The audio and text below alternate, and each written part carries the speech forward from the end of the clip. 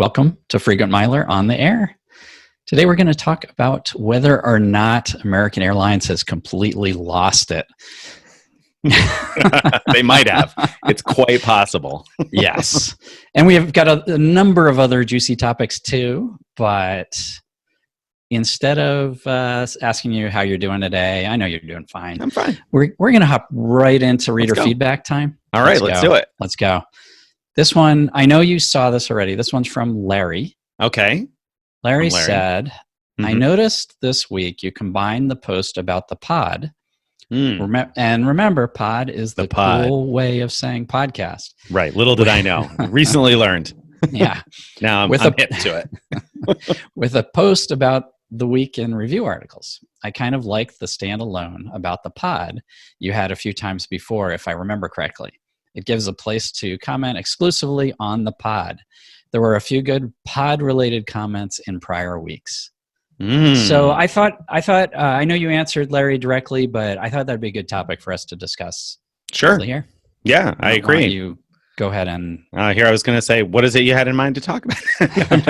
Yeah, so the pod, I guess I'll address more or less, I think, what I said to Larry, that the pod has never really had its own post because this is, in fact, something we do for our Week in Review post each Saturday. So every Saturday you find the video content for this embedded in our Week in Review post. And then, of course, if people have questions, comments, they can leave them there. Now, we have been also doing a Frequent Miler Live every Thursday, and every Thursday I post that on the Frequent Miler site so that people can ask questions if they have specific questions to ask for our live broadcast. So that is a dedicated place, but we don't have a dedicated place necessarily for questions about the pod, so to speak, unless you leave them on the platform where you listen, maybe, and maybe you'd see them. Right. Well, so that's, I think, worth discussing. Yeah. Should we have a dedicated post? Because the Week in Review has become kind of that, but it also is a review of all the posts of the week. So should we rethink this? What do you think? I mean, I think that there could be some value for having discussion on the podcast separately and on its own. So I can see the argument for that. On the flip side, I like the idea of giving people who are listening the opportunity to also read about all of the other stuff that we've written about throughout the week. So I kind of like the idea of drawing the two audiences together in one post as it is. So I actually think I prefer it the way it is. The other thing I like about the way it is we talk about some things on this that we don't necessarily write about on the site. And so I think having it in with the Week in Review gives the people who regularly read a chance to pick up those tips if they want to listen in, but also kind of keeps the discussion in a place that perhaps isn't as standout-ish. It doesn't stand out. Like instead of giving say something that we don't want too public, is that what you mean? I mean, I guess. I mean, not that we always divulge secretive information, but I feel like now and then there are some tips that we talk about here that I feel like if it had its own post, we may not be able to talk as freely. I don't know. Am I wrong? What do you think? Do you think we should do a separate post? I'm not totally opposed. Yeah, I'm kind of on the fence. I mean, I could see us Friday night just spitting out a late night post that's nothing but embedding the podcast and if we have the timestamps by then, that's basically the content, and it shouldn't, it wouldn't take very long, but still do I agree with you. I like the Saturday morning post being the combination of the review of our posts for the week and a review of our podcast. Right. So it's like one place for the whole week in review. Yeah. So I wouldn't change that, but the question is it worth adding another one? As a dedicated thing? Might be. It might draw more. Maybe we'll give that a shot. Yeah, I mean, why not? I guess it won't hurt necessarily, so might as well give it a shot. Yeah, I think that's something that we can look at doing. See how it... Yeah. No. All right. Let's do it. All right. Good suggestion, Larry. See? We get feedback every now and then. We talk about it like this, and then sometimes it improves things. And then something changes. Yeah. It's like changes magic. So thank you for this week's reader feedback. So speaking of magical things that change, Citi has been on a rampage lately and doing things that don't make any sense at all. And so each week they've come out with something kind of crazy, right? Right. So that's why we've decided to introduce a new segment, a new regular segment to this show called What Crazy Thing Has Citi Done This Week? I mean, they are just on a roll. Like the last few weeks, if you aren't following along, when everybody else has been kind of like pulling back on offers and pulling back on their advertising and pulling back on approvals and everything else, Citi is like, hey, here's an increased offer on this card, and here's better earning on that card. I mean, it's just it's been the total opposite of what everyone else is doing. So I could tell you were about to, but I interrupted you. Mm-hmm. Why don't you do your DJ voice to introduce this segment? Ooh, ladies and gentlemen, now we introduce the next segment. What crazy thing has Citi done this week? Maybe we'll just play that each week. I'll just slice that clip in. No. I think you need to do it hammier every week. All right, I'll work on that. So what did they do this week? So this week they thought everybody is interested in travel, right? And so let's introduce a new travel partner to the Thank You program, right? What new travel partner that's not flying any planes right now, right? But it's like totally grounded. No end in sight on that. Yeah, I mean it seems like a great time, right? So who did they add? So they added Emirates, mm-hmm. which makes Emirates tie, I believe, with a couple other programs for the most having the most partnerships with transferable points currencies, and so Emirates isn't usually the program that we're the most excited about being able to transfer to, but at the same time, there are a few sweet spots there that What have you found? What are the sweet spots that are worth thinking about?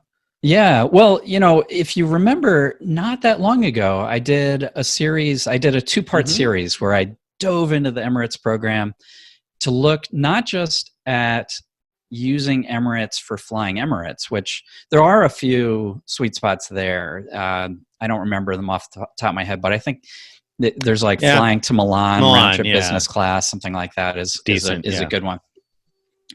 But my two-part series was like, let's look into everything else you could use Emirates for. So the first part was using them on partners. So use Emirates miles on partner airlines. That's usually where you get the best value with any program, mm-hmm. let alone Emirates, right? So, and surprisingly, I actually did find a few really good ones. And one of them that I remember is flying to, I believe it's to Australia from the US on Japan Airlines, round trip business class for 145,000 Emirates miles. Which is very competitive and well regarded as one of the better business class products out there. Right. And then they also have, you can redeem for other stuff, right? And almost all of that is worthless. There were a couple things where people said, so you could use it for certain football matches, European football, so soccer mm-hmm. matches, and apparently you can use it to get into games that you wouldn't normally be able to buy tickets for. So that can be pretty valuable if you're a big fan mm-hmm. there whenever those kind of sports come back. Again. Right. and you also want to be in a stadium full of 20 or 30 or 80,000 people or whatever it is that go to those games. Right. The Japan Airlines thing though is fairly interesting right now because of course to use that you need to have airlines flying. You need to have airlines flying. You need that, but you also need saver level award space from Japan Airlines business class the whole way round trip. And back when I wrote that, I thought, well, this is nice theoretically, but who's ever going to find that? But if you look out to next winter, maybe February, March timeframe, I'm betting right now you'll find quite a bit of business class award availability. So it might be something worth considering if you have Citi points, if you want to go to Australia. Keep in mind, we have no idea if that'll be possible at that time, but there's that. So it's somewhat interesting. The other thing, I think anytime there's a new transfer partner, that's a good thing. And anytime when you have a program like this that you could transfer from multiple programs is really nice, because a lot of people might have signed up for a Sapphire Preferred and got 60,000 points, and signed up for Citi Premier and got 60,000 points, and so on. And so they have a bunch of points in different programs, but they want to book this 145,000 point trip. Maybe they want 2 people on that. You can actually transfer from all those different programs, Amex as well, Capital One, Marriott, so all of them transfer in, and so you could probably cobble together the points you need if you don't have enough in one program. So I think that's pretty good. It is. And with Citi, it's also particularly nice that you can buy points relatively cheaply from them. So if you're a little short and you need to top it off, unlike, I don't think you can buy Ultimate Rewards points at all from Chase, right? That's right. That's right. So that gives you an opportunity. I think it's 2.5 cents each you've written about before. You can buy up to 100,000 points, which, I wouldn't generally recommend paying 2.5 cents each for thank you points. But if you're a couple thousand points shy of an award, by combining all your different points, then this gives you an opportunity to buy those last few thousand potentially. You may also be able to buy them from Emirates. I don't know what Emirates charges directly, so maybe it's cheaper from Emirates, but I don't know either. You can do the same thing, the 2.5 cents with Amex as well. So if you have Amex points, you can do it. So a couple options there. So I think overall that's always a good thing. It's just weird. Why now of all time? Even if they had it all worked out and inked and ready to go, you'd think that they'd just wait a little bit. Maybe Emirates pushed them and said, listen, we need some revenue from somewhere. Please let people start transferring. I don't know. All I could say, I can't wait to see what Citi does next week. We'll see, but stay tuned. We can feel confident that it'll be something. So, and hopefully it will be nothing with their American Airlines cards, because obviously there's been a lot of controversy over the last few months because they've been locking out accounts and shutting down accounts for people that abused, and I'm going to put that in parentheses, abused the mailer codes for the American Airlines credit cards. And so AA has been shutting down people who opened too many credit cards or accounts in their view, which really varies quite a bit as to how many is too many and whatnot. But we've talked about that before.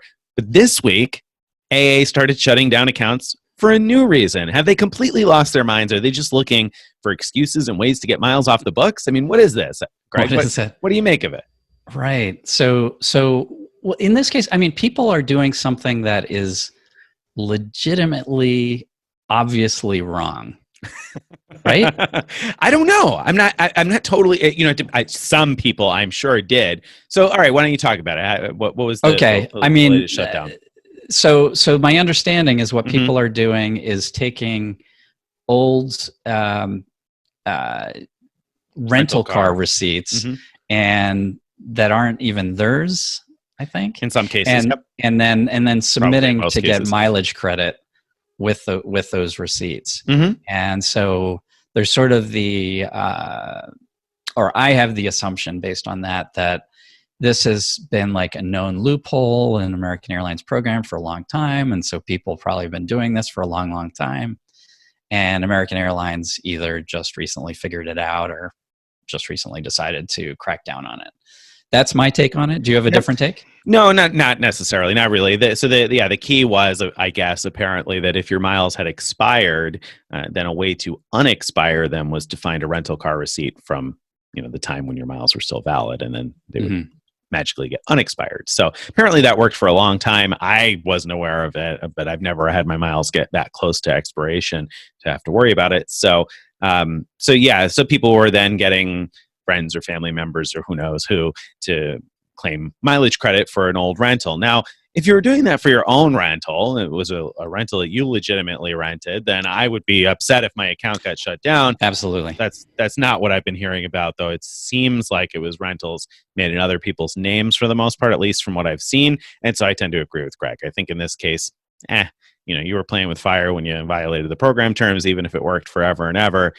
You probably knew that it wasn't legit, I guess, right? So I think that AA is probably within their rights to do it, but that's still separate from the question for me.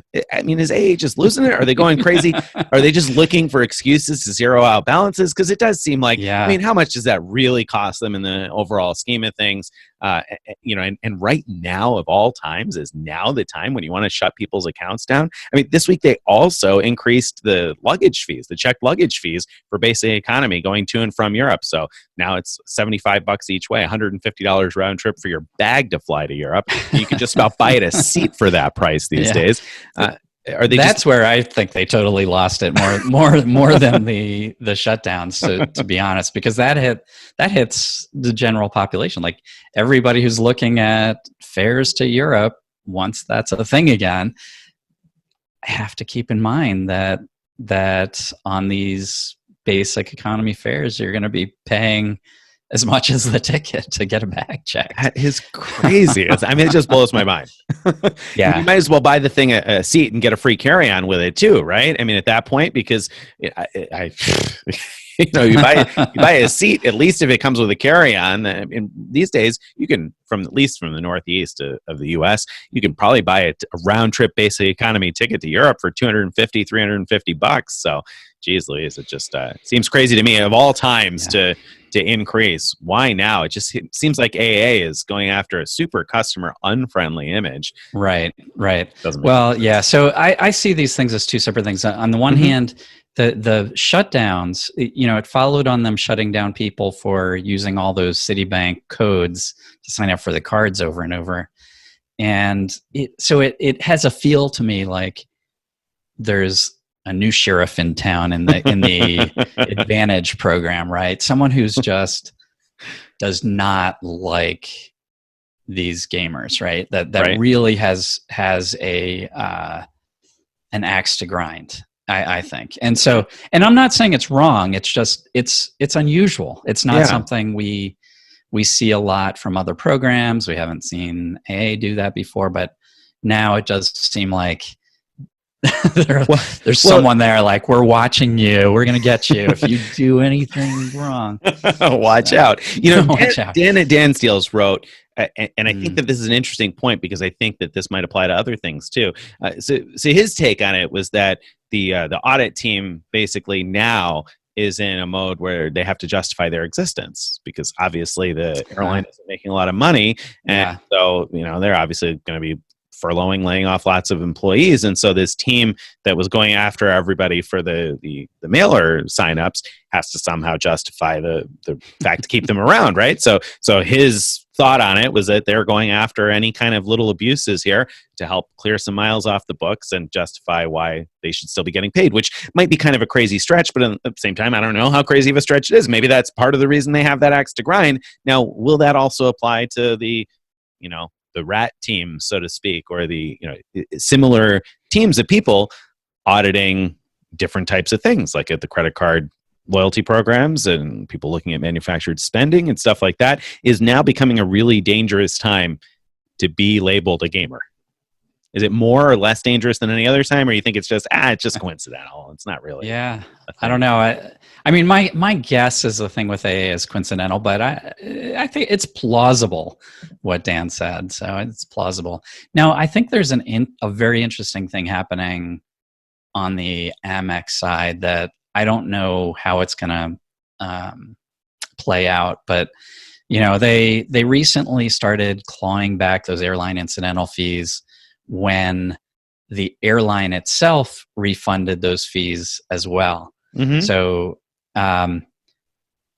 people, I'm not going to name any names, but there's probably people in this room that would book things that sometimes they would cancel.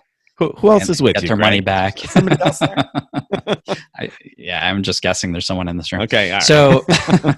Clearly must be. And they would do, and those things would have triggered those airline incidental rebates. And so the person in this room hasn't had any clawbacks, but it's conceivable. But now we're in a very different situation from when those clawbacks started. Now we're in a situation where anyone who had booked anything that had legitimate airline incidental fees with it probably have had those flights canceled and those airline incidental fees returned, or hopefully they did. Right. And so there's a lot of people now who legitimately use the incidental fee credits the way they were supposed to, and then the money's coming back. Is Amex going to claw that back?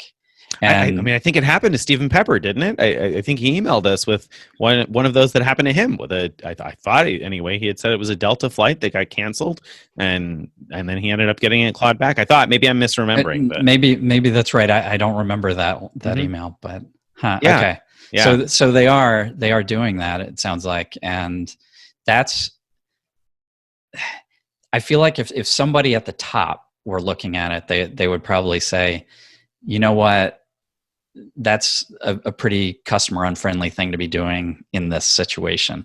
Now it's not wrong, like, right, because they're right. giving you back or they should be giving you back your ability to earn those credits for future flights. But under these circumstances where people aren't going to be able to travel to earn those rebates, Well, I think it's a really bad time to be doing that. and it gets tricky because I mean, right now, so what is it? It's April, right? So I mean, travel that is happening now and in May, very conceivably, was booked in 2019. So I mean, people may have booked in 2019 and used their 2019 airline incidental credits and fully intended to travel to that wedding or to see, great Aunt Susie out and wherever, and figured that they were using the credits legitimately, and it's not their fault necessarily that the flight got canceled. So to lose the money from that benefit, and because they can't go back in time and use the 2019 credit in some other way, seems Really pretty good point. unfair.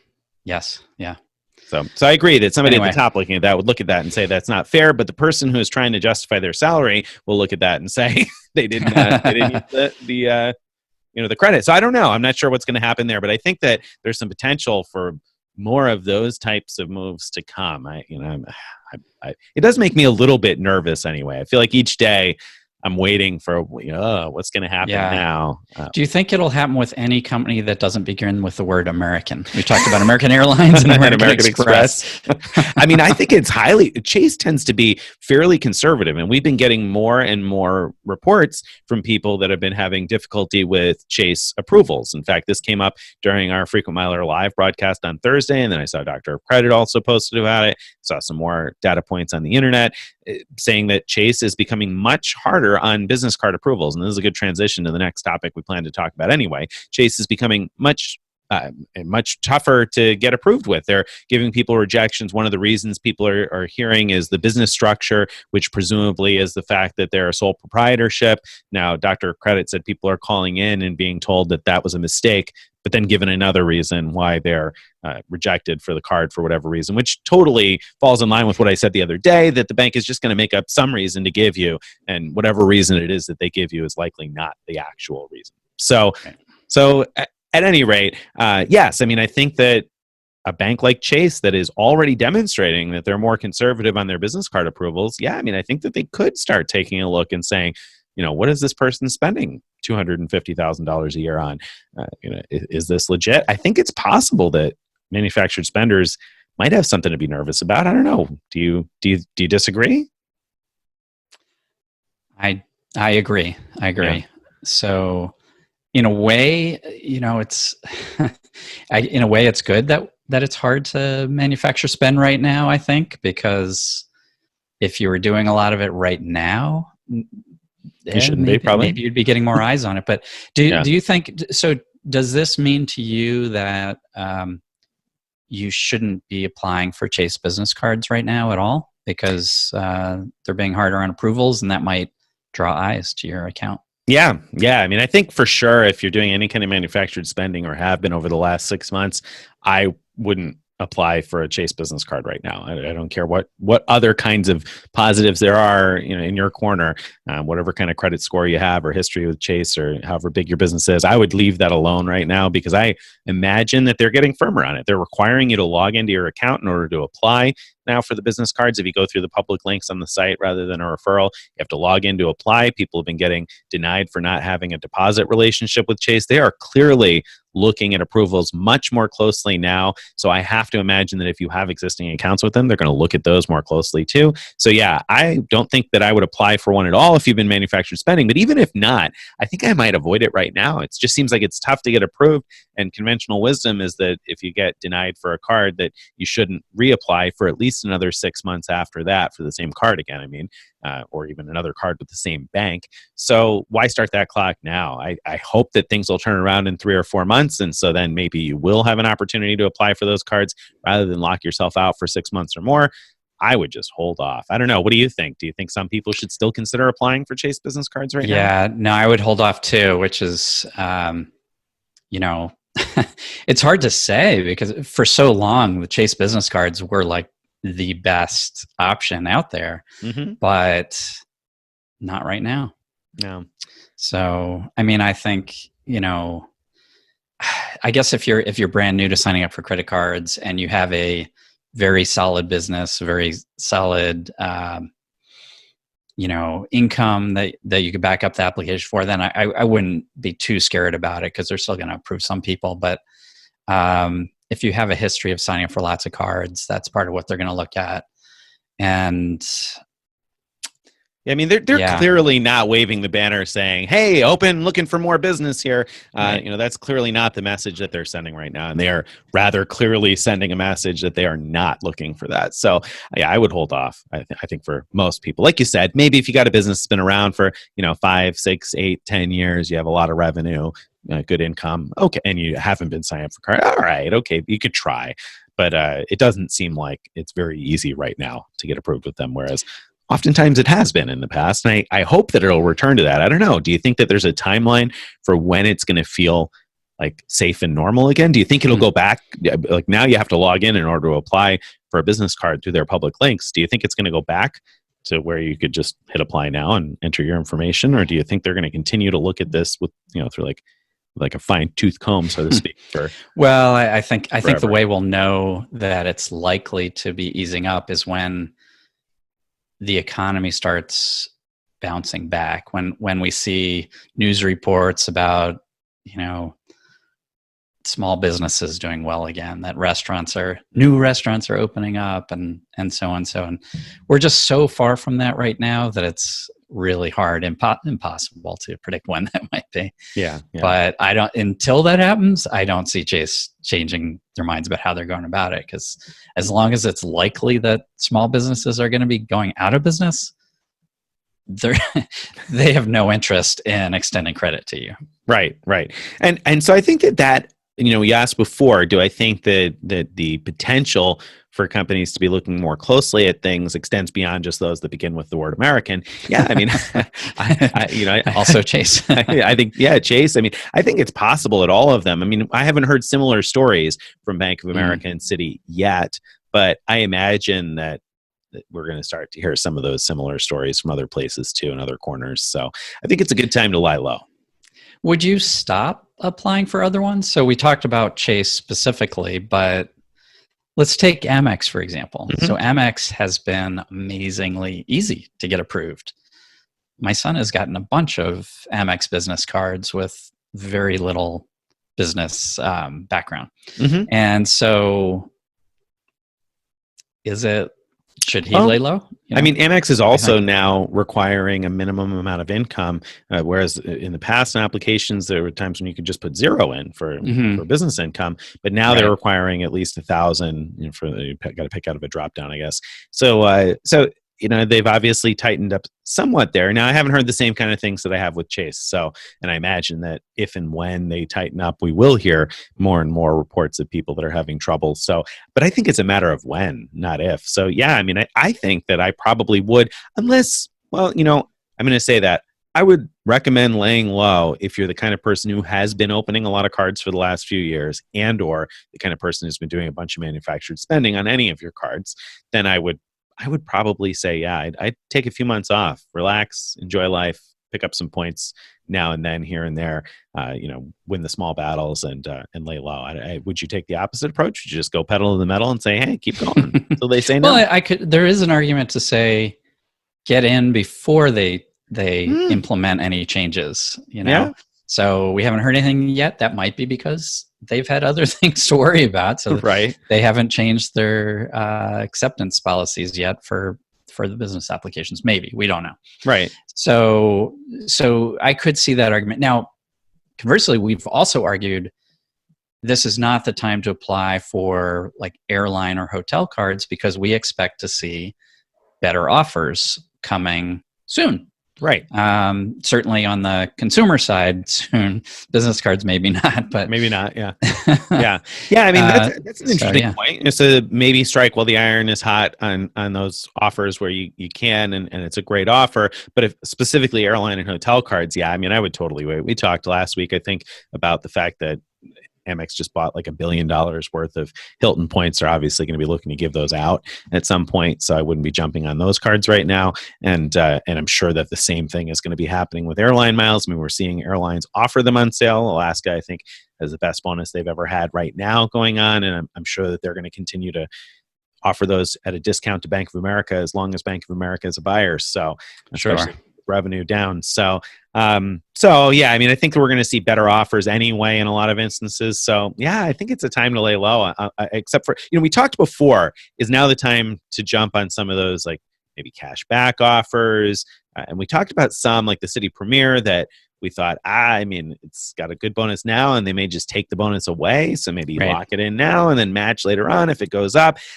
It's hard for me to say. I feel like I still agree with that advice. Yeah. I don't see Citi, but who knows?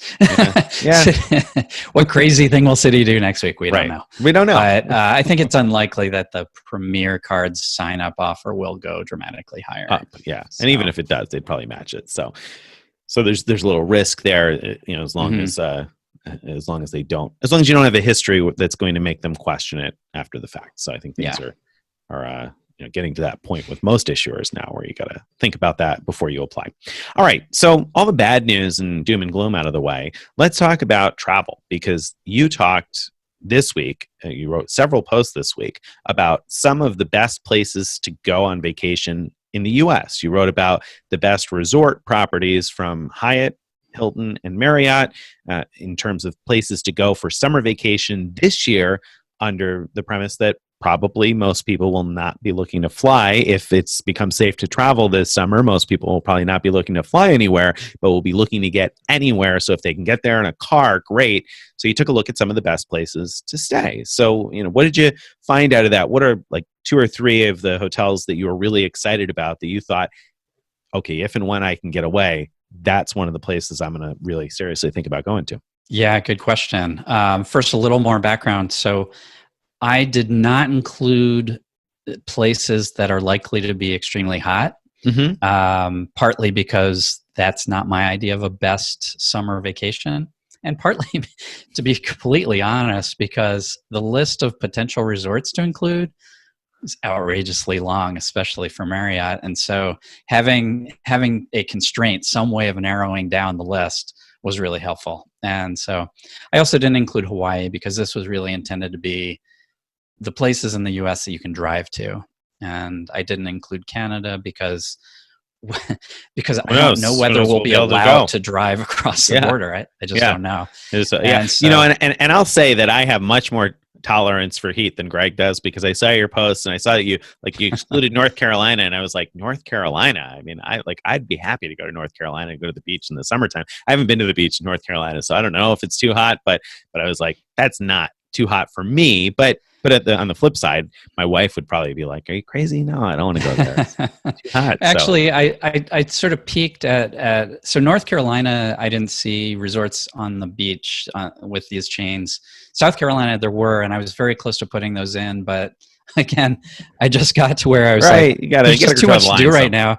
What I was specifically looking for in North Carolina was, were there any on the beach or in the mountains, because both of those would be great for summer vacation. Sure. But I didn't see that with these particular chains, these 3 chains. And also keep in mind, I filtered to what those chains describe as resorts.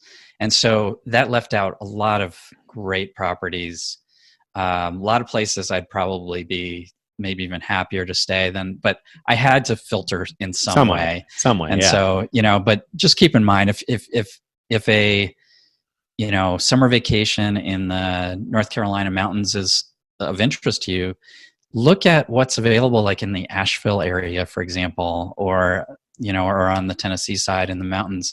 There's a lot of really. Well, I would look mostly in Nashville. It's a great area, and so it's just it wouldn't be a resort. You'd be in a hotel, but But if you enjoy outdoor activity anyway, surrounding area is very resort-like, so right, it wouldn't be a problem. Right. And by the same token, if you live in Texas, you're probably okay with the summer heat in Texas. So you may drive to East Texas after all and decide to stay in one of the resorts there. So I think that there are more places, but like you said, you got to draw a line somewhere, because you'd still be there next week looking at these different properties if you didn't have right. some parameters. Right. As it was, that Marriott post took me I started early in the morning and I was working on it till late at night. It was so painful. Yeah, I'm sure. There's too many.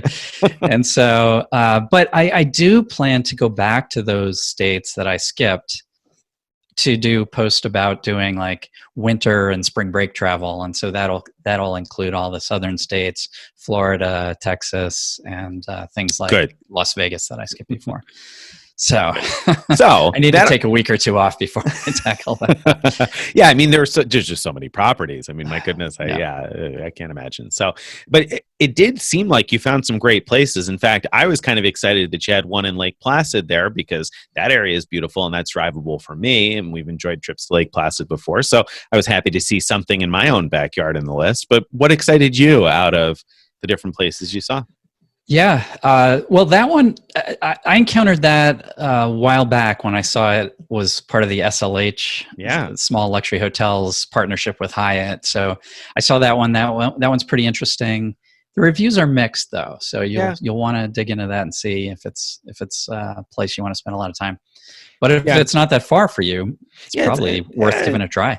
Yeah, I mean, Lake Placid's three-ish hours or so drive from me. So, and really, the times that we've gone to that area, it hasn't been for the resort itself necessarily. It's been to, go see Lake Placid and the surrounding area. There's a lot of things to do there. So good to have an option there, different seasons of the year with Hyatt points, because I had no idea there was something there. And I think that that's the sort of fun of the exploration here. And that's what I thought was exciting about the post in itself, that, we often look at great places to get good value all over the world, because with airline miles, we typically have the reach to get just about anywhere we want to go. And that's the case for a lot of readers and listeners too. So we're often looking for those exotic locales far away, and we might miss the stuff that's in our own backyard just because we don't ever look. I can't remember the last time I did look at Hyatt to see all of the ones in New York State at some point a few years ago, probably, but I haven't looked since they started adding small luxury hotels in the world. So I had no idea there was one in Lake Placid. So it might be the case for readers too, that there might be things that are 2-3 hours away. You had no idea we're even there. Absolutely. So another one I was excited about is that there's a new Miraval property. So again, that's a Hyatt thing. Up until now, there were just two. There's one in Arizona and one near Austin, Texas. And so neither of those would be my idea of a great summer vacation. Right. So to find one that was in the Berkshires, I'm not sure I'm saying that right. But as far as I know. I live closer than Greg does, and yes. That was pretty exciting. So those are all-inclusives, very health-oriented. I think they have like yoga and all kinds of different classes for exercise and health. And apparently they have fantastic food. And so anyway, I've been wanting to do one of those. And so now it's like, wow, a new one in New England. That sounds really, really appealing. It sounds appealing to me too, because it's much closer for me, and there is a Simon Mall right there in the Berkshires, really? by the way. So you could actually premium outlets. You go get some gift cards, pick up the points, wait it out until your statement cuts, and then go right and check in. That sounds perfect. So the only downside, there are two downsides to this one. I mean, it's brand new, so most places aren't on their A game right from the get-go, so it's a little bit chancy going this summer. They aren't yet showing online award availability, but they might have it if you call. And The other sort of downside, and this is true of all the Miravals, is that it's very, very expensive, whether you're looking at points or at cash. And so I'm going to be keeping an eye on that one to see whether they do specials. There have been special deals with Miravals before where they've offered, 25% off or something like that off their points rate. And then, of course, there's cash deals all the time. So that's one I'm keeping my eye on. Another one that surprised me to see is that there's a Hyatt Regency Chesapeake Bay, and it's a low category. So I can't really figure out. Usually the things that are anywhere near the Northeast, and anything close to being like a resort-like thing in a desirable place are usually crazy expensive and top category, but this is, I don't remember off the top of my head, maybe category 4, I think. I thought it was 3 or 4. Because I remember that you could use a free night cert here. And so that surprised me. So that looks interesting. Again, I haven't read enough reviews to know whether it's somewhere I want to go way out of my way, which I live in Michigan, so these are long, long drives for me. So it would be a big commitment. I wouldn't, based on how much time I've put in now, I wouldn't go driving out there. But if I read enough about it and like it, earlier today I actually read a few reviews, but the most recent ones were like, well, it was a bad stay because of COVID-19. Well, of course it was a bad stay because of COVID-19. Right. So that doesn't tell me anything. No, not at all. And that one actually stuck out to me too because of the cheap number of points that it would be. And I haven't really spent much time on Chesapeake Bay. As a kid, we used to go to Ocean City, Maryland for vacation a bunch. And I saw that you had a property in Ocean City in the post. I think it was today on Hilton Properties. It was, or maybe it wasn't today. I thought it was crazy expensive in points, whatever it was. I remember seeing it and thinking, oh, I'm not interested in spending that many points to stay in Ocean City. But I went to that area anyway, and I had fun as a kid. And Chesapeake Bay, not too far away from there, I'd probably go check that out for a nice little summer vacation if I could. I don't know whether or not I'll take a road trip this summer, but if I do, that seems like a place that'll be on my list. Right. So that's pretty exciting. There's a lot of nice looking things in California. And that's not a road trip for me. If you're talking about what I'm actually going to be doing, I'm not going to drive all the way to California. Right. And so that's hard because both my wife and I are like so desperate to go back to the Big Sur property, the Hyatt there. Uh-huh. That was so nice. But it'd take you like 2 days of driving, right? Two very painful days, probably. All right. So far we've talked about the place in the Berkshires. You're not going to go because it's too expensive to start out. Well, I might go if I see a deal. Where? Okay. All right. So you might go to the Berkshires. So where else would you actually consider going? Well, a place I've been to a number of times, the Inn at Bay Harbor, which is in Michigan. It's about a 3.5 to 4 hour drive for us to go to northern Michigan, right on Lake Michigan, which, for those who haven't been there, it looks like you're at an ocean, but it's not salt water, and there's fewer sharks. So, and which chain was that? Was that a Marriott? That's Marriott. Right? Yeah. And so I've stayed there a bunch of times. I really like it, and it's one of the only. I was hoping to find more desirable resorty type things in the Midwest, and I just didn't find much. This one is not only desirable, but based on the summer prices, if you could find award availability, it's a good value with points as well. How many points was it? Well, it's standard 35,000. You're not usually in the summer going to find that because they're going to be peak, which I guess is 40,000, I think, right. A night. And but it's also it's just hard to find availability in the summer at all at this particular property. But if you could find it, so what we've done many times before is just go up for 2 or 3 nights. Just whenever we can find those few nights that are available, grab them and go up there, and it's really nice. And then Petoskey has some very nice restaurants, and there's like state park nearby with great hiking, and there's bike trails all along Lake Michigan. So it's really an area that's worth checking out.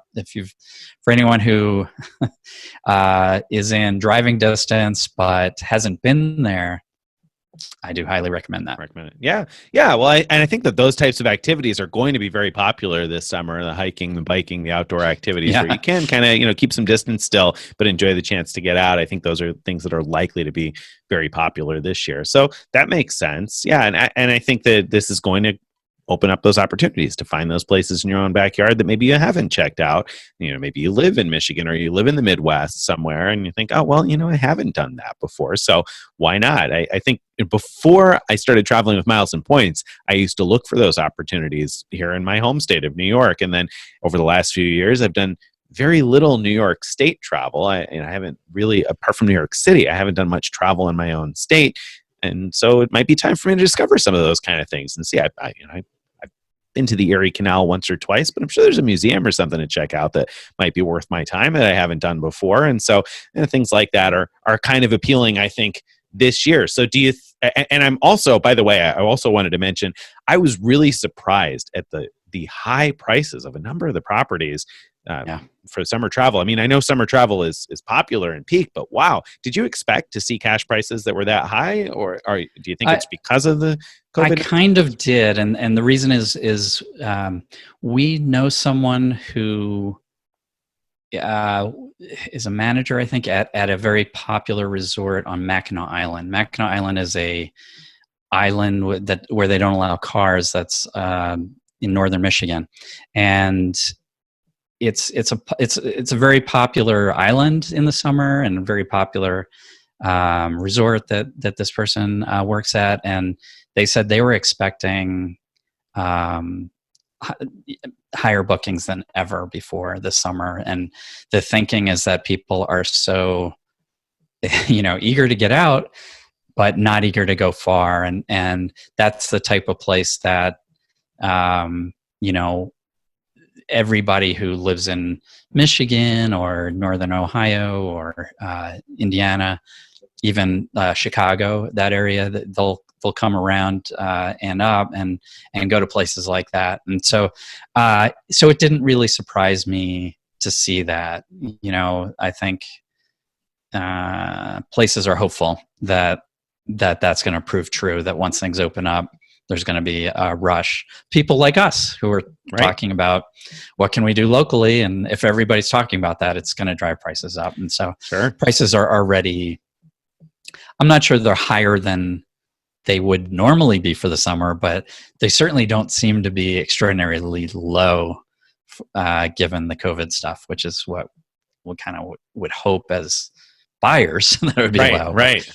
It might be a great summer for points travel domestically, in terms of getting value out of your points. Yeah.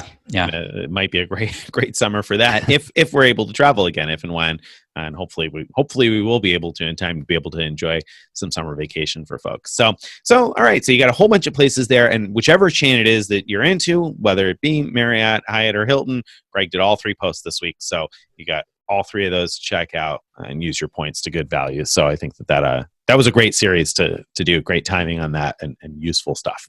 So the other great series that we had going on this week was the StayCay to Far Away series, which, of course, this is our new challenge. If you enjoyed last year's 40K to Far Away challenge, the new challenge for 2020 is on StayCay to Far Away. So this week, we debuted our first 4 videos. Why don't you explain the format of StayCay to Far Away quickly for anybody who's missed it? I know regular listeners heard us talk about it last week, but can you? Sure. So this year's challenge is really 4 mini challenges, and there's 4 contestants. So Carrie is our newest employee, and she is our creative director. She's joining the challenge. So 4 of us competing, 4 mini challenges. The 4 challenges all have to do with creating a video. So we're trying to do short 3 minutes or less videos.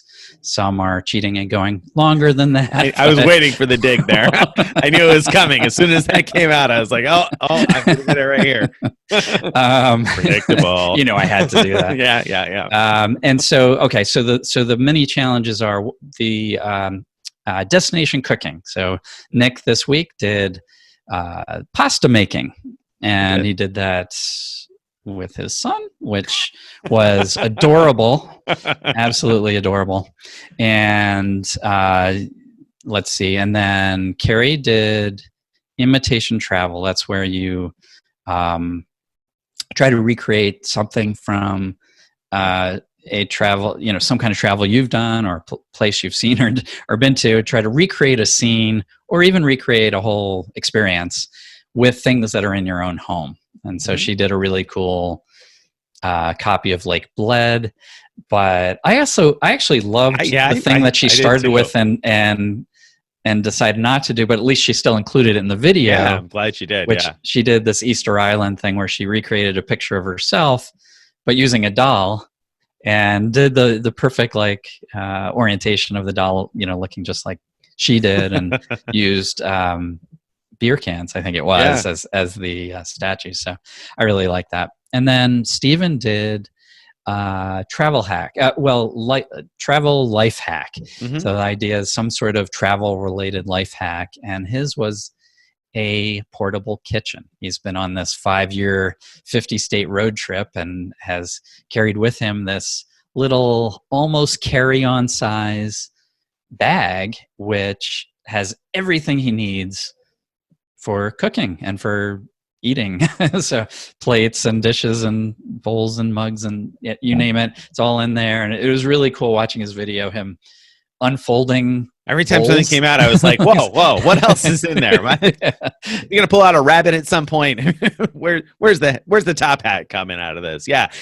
Foldable bowls and microwave things and blah, blah, blah. I couldn't believe how much stuff he pulled out of that bag. That was awesome.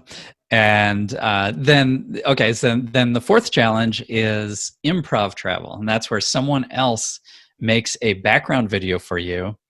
And while you're watching it for the first time, you record yourself giving a tour of whatever it is that's in, that's going to be shown behind you when it's in the recording. So I did I had a video that Carrie had put together, and it turned out it was Sri Lanka, but I had no idea what it was. I never figured it out. And but it was fun. There were some fun moments in it, and I was completely flummoxed. But so that's what we did, and we're going to be So just to complete the story, so over the next. So that was week 1, and over 3 more weeks, we're all gonna rotate who does which one, and so by the end, we'll all have done all 4 challenges. Right. So this week will be the same schedule in the sense that Sunday will be cooking, and Monday will be life hack, and Tuesday will be imitation travel, and Wednesday will be the improv travel. So it'll be the same schedule, but different people doing each of those this week until we've all done all 4 challenges. So it'll be neat to kind of see everybody else's take, to see what everyone else has done to kind of tackle the same challenge, because a couple of these challenges are really open to interpretation. I mean, cooking is cooking, I guess, so that one seems a little less open to interpretation, I guess, in the sense that everybody's going to have a video cooking something. I'm curious to see how people vary that up. But when it comes to the improv travel or the imitation travel or even the life hack, I feel like we're going to have very different takes on those things. So I'm kind of excited to see how different this week's videos are than last. Absolutely. And this week you are doing improv travel. I am. Using my footage. I don't know if I like the tone that Greg used.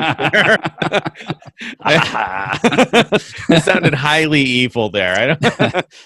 I'm looking forward to seeing how you react to it. How I react to it. Yes. That was a nice way. You haven't recorded it when yet. He was saying, I look forward to seeing how you fail miserably.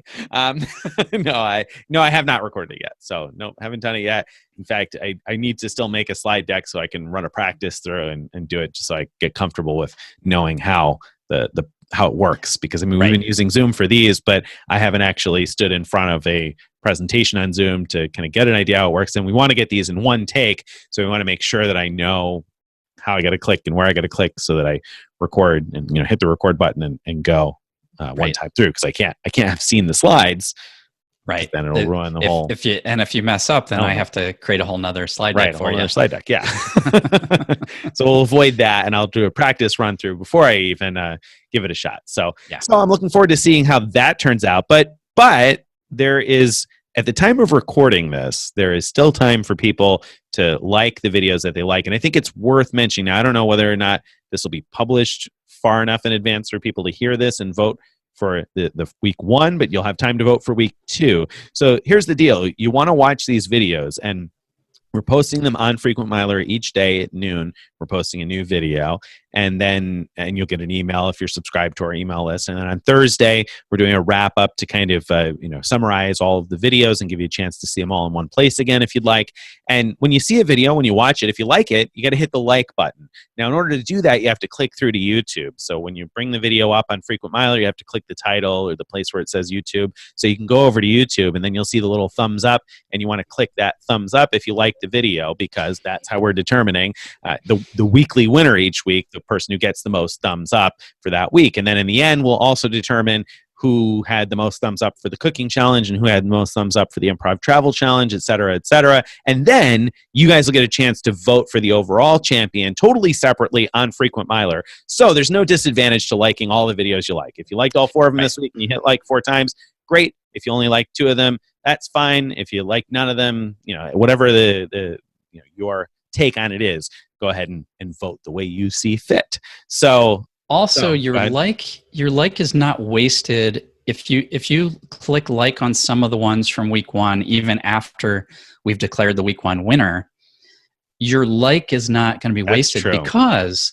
at the end of the 4 weeks, in addition to the vote, we're also going to see who won each type of challenge. So who was the destination cooking winner, and that's going to be based on likes that are across the whole 4 weeks. So of course, whoever went the first week will have an advantage on that one, but they'll have gone last on a different challenge. So it all sort of balances out. Right. So if you are listening to this and you missed the week 1 videos, it's still worth taking 13 minutes of your time to watch the 4 videos there on week 1 and see which ones you like and hit like on all of them, because that will count towards the cumulative. That's a great point, Greg. So that said, who earned your like this week? Which one was your favorite? Apart from your own, I know you liked yours the most, Greg, but I didn't. But apart from improv travel, which one was your favorite? Yeah. No, mine was not my favorite. Really? I got a lot of positive comments about it. People said it was really funny, but I think I'm more critical, I guess, about my own work or something. I don't know. I was not thrilled with how it turned out, but I think I had in mind, in my imagination, I was going to be like so hilarious and so spot on and everything, but. I think you're selling short how it came out. You're selling yourself short there. So yeah, no, I got a lot of positive comments, so that was really nice. But yeah, so if I had to pick just one, that's what you said, right? Just one. That is because I really liked them all, right? I really honestly did like that. I liked them all. As I said, so I thought it was fun. I gotta say, I wasn't sure how all of them would come out, and I was very pleasantly surprised. And not even surprised. I was pleased. I was very pleased with how they came out, because it was enjoyable to watch each one of them. Yeah. So before I say which is my favorite overall, my favorite idea was Steven's kitchen, like the sort of the concept. My favorite, as far as that I thought was the most artistic, I like Carrie's. But as far as what I enjoyed the most, it'd be your cooking one with your son. So you found a way to pick all 3 of them anyway. I did. Nicely done. Way to skirt. I'm running for office next year. Right. Clearly. Well, we're all going to vote for Greg.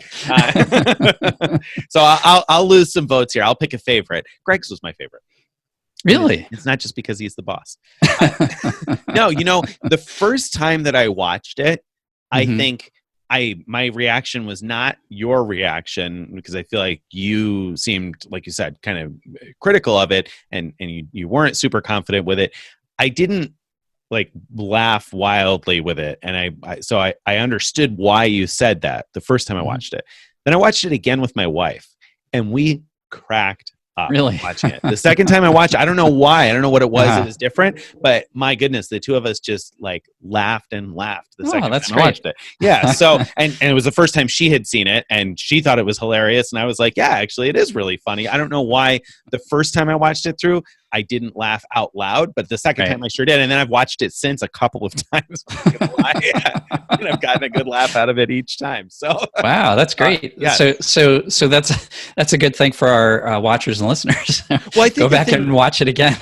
Maybe. I think the thing for me was that the first time I was watching it, I wasn't watching it as a viewer. I was watching it as like a person, helping to create this competition, right? So I was looking at it from a different perspective of like, the publisher, so to speak, of it. And so more of a critical eye rather than an enjoyment eye. And once I kicked back and I was like, okay, let me enjoy this video. Let me not think about it. Let me just enjoy it as it comes. Yeah. And then I had a lot of fun. So, awesome. So I think that was really good. It turned out really well, surprisingly well, and some great one-liners, I thought, that stuck with me afterwards. So if you haven't watched it yet, you got to go back and watch it. You got to see it. It's fun. So I've renamed it to Smoking Coconuts. Smoking Coconuts. So, and if you don't know why it's called Smoking Coconuts, all the more reason to watch it. So, so you should find out. So that was fun. And I can't wait to see what's going to happen this next week, because I know Stephen Pepper is on the cooking this week, right? And so I think he is. His hack was the kitchen. So I'm thinking that he's going to cook something with the kitchen. So I'm looking forward to seeing. That would be a huge letdown if he's like barbecues or something. We know he's staying at a Airbnb that's like a house. So he's got a kitchen, right? Could be using the real kitchen. Wouldn't that be disappointing if you used the real kitchen? What a bummer. Everybody would be like, oh man, Steven, what were you have thinking? A mobile kitchen, Steven. Yeah, you cook all your meals there. All right. You got to see if that kitchen can talk the talk, or walk the walk. Talk the talk already. Guess we got to see if it walks the walk next. So I'll be curious to see how that comes out this week. So I'm looking forward to it. Check those out. They're going to be out again Sunday, Monday, Tuesday, and Wednesday at noon, and then Thursday we're going to wrap them all up in the Thursday morning posts. So you get a chance to like all of those, like the ones you haven't seen yet. It's just kind of a fun way to spend a few minutes. And I feel like that was the whole purpose of this, right? It really is competitive and have some fun. It really is. And I wasn't too confident about my week 1 entry, but even though it's not done yet, week 2's Imitation Travel is going to rock your world. That is bold, ladies and gentlemen. You heard that, right? It's recorded right here. But what I like about this is that next week I can cue it up. And so if it somehow doesn't have as many likes as Greg is expecting, I can cue it up right next to the thumbs, and we'll get an idea as to whether that'll be fun. Everybody's world. Now you have to do that regardless. We'll see. Maybe it did. Well, next week we'll have a segment that's like, did it rock everyone's world? There we go. Find out. All right. What crazy thing did Citi do this week? And did Greg's segment rock your world? Rock your world. Well, I do not share Greg's confidence because I have no idea what to expect with improv travel. So it's impossible to know if you're going to do it well or not. Right. Maybe it'll rock your world. I have no idea. No idea. We'll find out. So on that note, wait a minute. I was just about to end things, and I didn't mean to, because of course we have everybody's favorite segment here at the end. The question of the week. Question of the week. All right, let's go. So the question of the week this week comes from Brandon Buzz on Twitter. And so Brandon asked a question, and he sent it just to me, so I don't know as though you've seen it. And it was a good question, I thought, a question that other readers may share. So Brandon asks, hey, Nick, booked a Sweet Spot VSF Partner Award. So that's Virgin Atlantic First Class Partner Award with ANA for late November. With the uncertainty surrounding Virgin Atlantic, would it be too knee-jerk to get the points back for a $50 cancellation fee and transfer all of them to Hilton at 2 to 3 to ensure that they're safe? Thoughts? So Brandon's asking, should he just go ahead and cancel? Because Virgin Atlantic, we don't know. They might go out of business. There's talk of mortgaging Necker Island. Greg was talking about coming in as one of the potential suitors for Virgin Atlantic. And with Shane, he and I are going to go halvesies. Halvesies, that's what I saw, yeah. So, I mean, Virgin Atlantic is, they've been in the news anyway as being in a precarious spot and potentially could go out of business, they're saying, if they're not able to secure funding.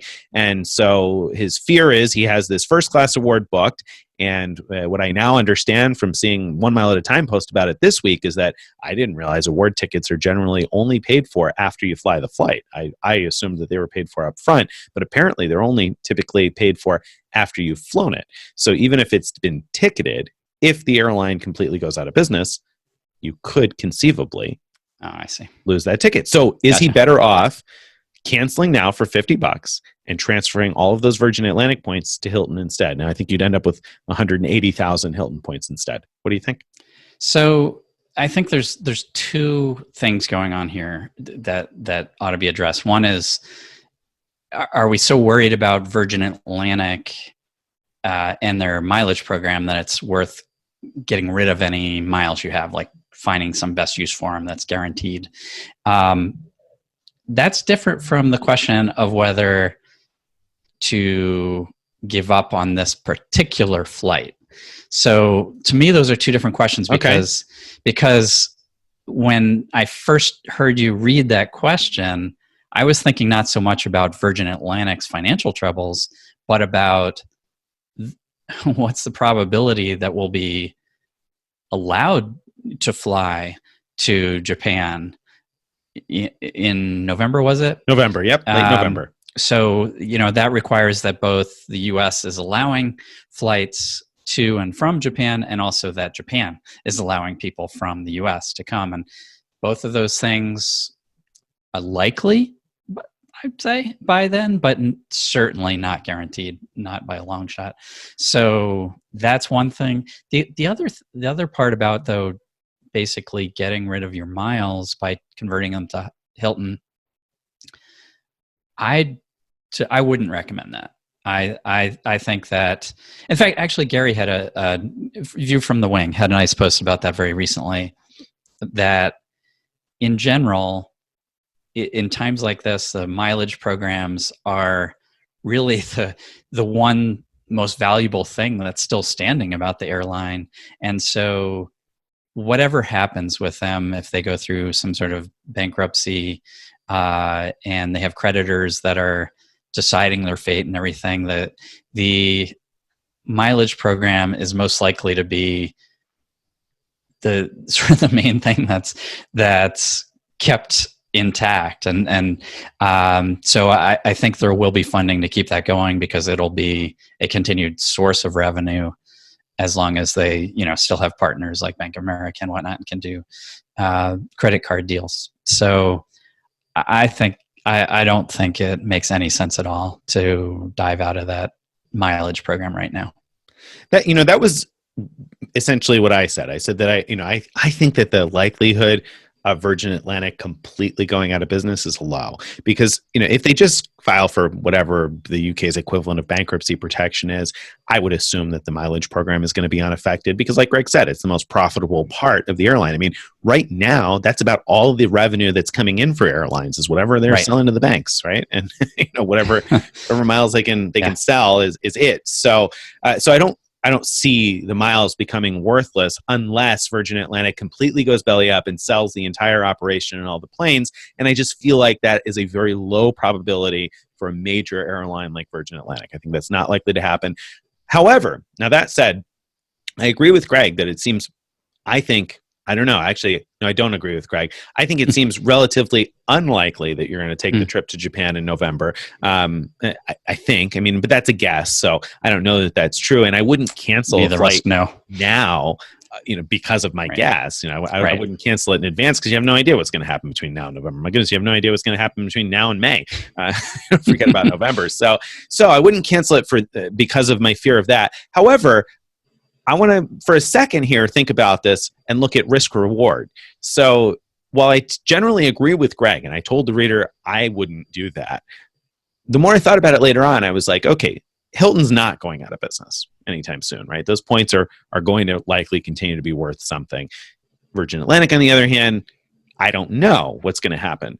Is it, from a risk reward standpoint, worth taking $900 worth of Hilton points, because that's 180,000 points and generally gets you about $900 worth of stays, over the potential to have nothing? Because if Virgin Atlantic does completely liquidate, you'd have nothing. Are you sure you still keep the Virgin Atlantic, or do you take $900 cash? mean, let's think about if it was cash. Would you take $900 cash to cancel the ticket? No. No? I would. I don't think I would either, but I thought about it more and I was like, I don't think it's a likely enough scenario that I would bail out. Right. I agree. It's the gamble that you have in there, I guess, at 120,000 miles per passenger might feel high, but at the same time, I feel like, that'd be accepting very poor value for whatever points you transferred for that award. So I wouldn't do it proactively either. I assume that we will see warning signs for a while in advance before an airline gets to the point where you're going to have to liquidate your points really quickly. I think that ability is going to last for a while to be able to move them over to Hilton. So yeah, I think the same. So we agree. We're in agreement. There you go. That's your answer, Brandon. One small tip though, right now, Okay. if you decide you do want to cancel it, don't try to call them, text them. And I've had some luck recently doing that. A few texts went unanswered, but eventually a text magically worked, and I was able to cancel a flight that is in the summer, past the time when they're saying there's free cancellations and everything, but they didn't charge me to reinstate the miles completely and to refund the taxes. So that's a possibility. Yeah. If you decide you definitely don't want it, you might be able to get avoid that fee. But I agree with Nick. I mean, if you think that you're still going to want to go in November in the off chance that it's possible to do so, then there's not a lot of advantage to canceling now. Yeah, I mean, the fee's going to be the same if you cancel it in October as it is now. And so, unless you're in a boat where you think your Virgin Atlantic miles are going to expire unused, then I would hold out. Or if you have another use in mind, you're like, okay, well, I don't want to go to Japan, but I do want to fly to, wherever it is, and I can use my Virgin Atlantic miles. Then maybe go ahead and cancel it if you want. But otherwise, I just hold out and wait and see.